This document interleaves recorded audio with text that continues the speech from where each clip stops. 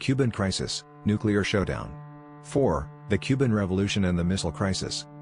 By the late 1950s, the Cold War had reached the Western Hemisphere. In 1959, Fidel Castro led the Cuban Revolution, overthrowing the US-backed dictator Fulgencio Batista. Castro soon aligned with the Soviet Union, transforming Cuba into a communist state just 90 miles from the coast of Florida. The United States was alarmed. In 1961, the CIA attempted to overthrow Castro through the Bay of Pigs invasion, a mission carried out by Cuban exiles. The plan failed disastrously, humiliating Washington and pushing Cuba even closer to Moscow. The following year, tensions reached a terrifying peak.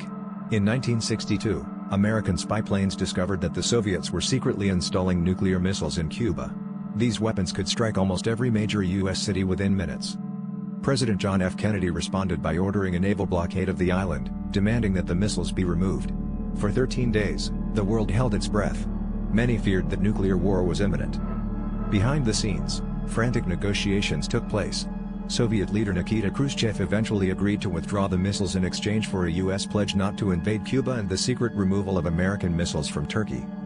The Cuban Missile Crisis was perhaps the closest the Cold War ever came to triggering a full-scale nuclear war.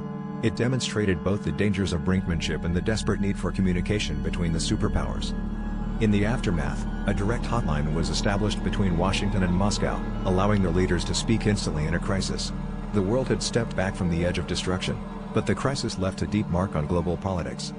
The Cuban Missile Crisis also showed that the Cold War was no longer limited to Europe or Asia.